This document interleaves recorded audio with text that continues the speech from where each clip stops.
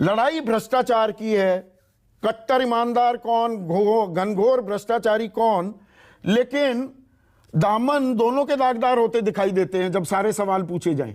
अजीबोगरीब सी परिस्थिति है और बताया जा रहा है हमारी कमीज आपकी कमीज से सफेद है। संदीप जी धन्यवाद, बहुत देर बाद नंबर आया है। पहले तो ईडी का, सीबीआई का दुरुपयोग पूरा देश देख रहा है। 21 जुलाई को जब पूरे विपक्ष ने इसके खिलाफ एक चिट्ठी साइन की तो केवल आम आदमी पार्टी उसका हिस्सा नहीं बनी, बाकी पूरा विपक्ष इस बात को मानता है। लेकिन अगर हम आज की बात करें, जो आज का केस है, अरविंद केजरीवाल की पूरी जो राजनीतिक करियर है, पूरा वो जो आंदोलन उन्होंने खड़ा किया था, वो एक बात पे खड़ा किया था कि 2G घोटाला और कोल घोटाला। और वो घोटाले को क्या कहते थे कि एक पॉलिसी की वजह से एक काल्पनिक नुकसान देश को हुआ है और वो भ्रष्टाचार है। लेकिन जो ये आबकारी नीति खुद बनाई है दिल्ली सरकार ने, उसमें एक पॉलिसी की वजह से एक्सचेकर को नुकसान हुआ है। 10,000 करोड़ का रेवेन्यू आना था, केवल 1,993 करोड़ का रेवेन्यू आया। असल में 80% नुकसान हुआ है। अगर आप काल्पनिक नुकसान को भ्रष्टाचार मानते थे और पूरे देश के अंदर आंदोलन खड़ा कर रहे थे उस वक्त, तो आप आज इसको भ्रष्टाचार कैसे नहीं मानेंगे? ये भी भ्रष्टाचार हुआ उसी डेफिनेशन पे, जिस डेफिनेशन पे अरविंद केजरीवाल और उनके साथियों ने पूरे देश के अंदर आंदोलन खड़ा किया था। या तो उन्होंने तब झूठ बोला था, माफी मांगनी चाहिए, या आज उनको मानना चाहिए कि ये भी भ्रष्टाचार है। पॉलिसी की वजह से दिल्ली सरकार के एक्सचेकर को लॉस हुआ है। बड़ी नुआंस पोजीशन ले रहे हैं आप गुरदीप, हाँ जी, एजेंसियां दुरुपयोग भी कर रही हैं, जांच एजेंसी केंद्र के इशारे पर काम भी कर रही है, पर अरविंद केजरीवाल भी दूध के धुले नहीं है। बड़ी नुआंस पोजीशन ले रहे हैं आप। नहीं, मैं सच पोजीशन ले रहा हूं। एजेंसी दुरुपयोग हो रहा है, लेकिन यहां पे खुद अरविंद केजरीवाल इस देश में अपने को मसीहा बताते रहे कि नोशनल लॉस, काल्पनिक लॉस 2G में हुआ पॉलिसी की वजह से, तो भ्रष्टाचार उसको बताया गया।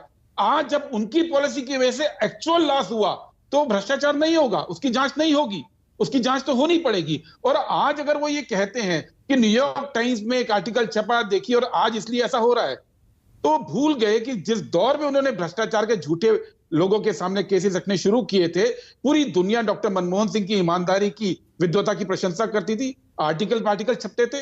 पूरी दुनिया में भारत ने कैसे रिसेशन का मुकाबला किया था 8-9 में, वो छपता था।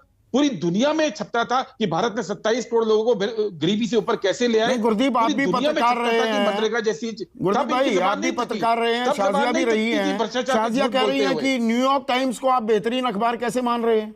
ये सवाल भी पूछा मुझसे। शाजिया क्या बोलती है, मैं उसका प्रवक्ता नहीं हूं। न्यूयॉर्क टाइम्स बेहतरीन अखबार है, सवाल वो नहीं है।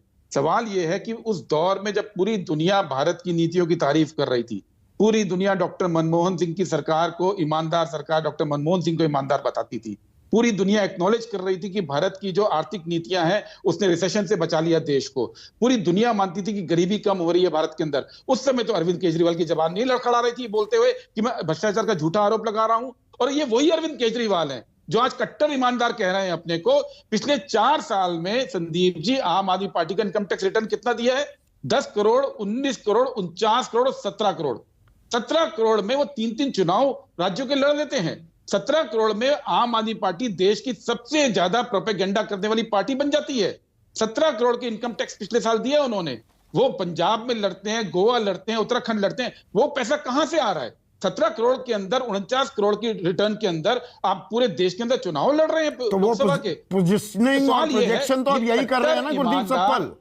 हाँ जी, संजय सिंह ने भी ये कहा 2024 में ये तो केजरीवाल बनाम मोदी होने वाली है लड़ाई। आपको परेशानी इसीलिए हो रही है, और क्या बीजेपी को भी ये नैरेटिव सूट करता है कि दोनों आपस में लड़ते रहे, दोनों सुर्खियां बटोरते रहे कि भाई बीजेपी के खिलाफ तो आम आदमी पार्टी ही मुखर होकर, निडर होकर खड़ी होती है, बाकी विपक्ष अपना मुंह ताकता रह जाए।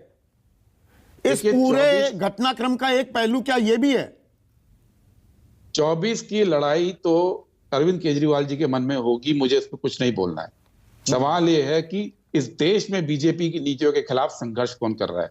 ये वही अरविंद केजरीवाल है ना, जिन्होंने निर्भया कांड के ऊपर पूरी की पूरी राजनीति की थी और आज बिल्किस बानो के आरोपी जो अभियुक्त छूट गए हैं उस पर जबान सी रखी है।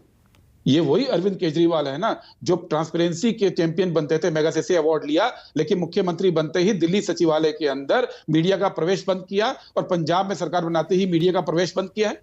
ये वही अरविंद केजरीवाल है ना, जो लोकपाल को पूरे देश के आगे रखते थे कि लोकपाल को अधिकार होना चाहिए किसी भी केस के अंदर प्रधानमंत्री की अलमारी तोड़ने का।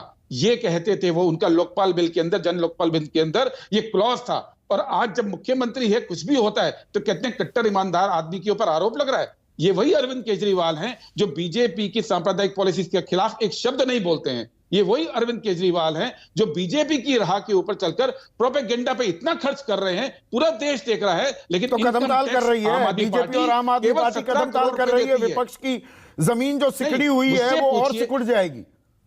सर मुझसे ये मेरा सवाल स्पष्ट है, 17 करोड़ के इनकम टैक्स रिटर्न के अंदर ये कौन सी कट्टर ईमानदार पार्टी है जो चुनाव भी लड़ती है और देश के अंदर सबसे ज्यादा प्रचार पे भी खर्च करती है? संजीव झा, कहां से जवाब पैसा आ दीजिए। रहा है? हाथी के दांत खाने के और दिखाने के और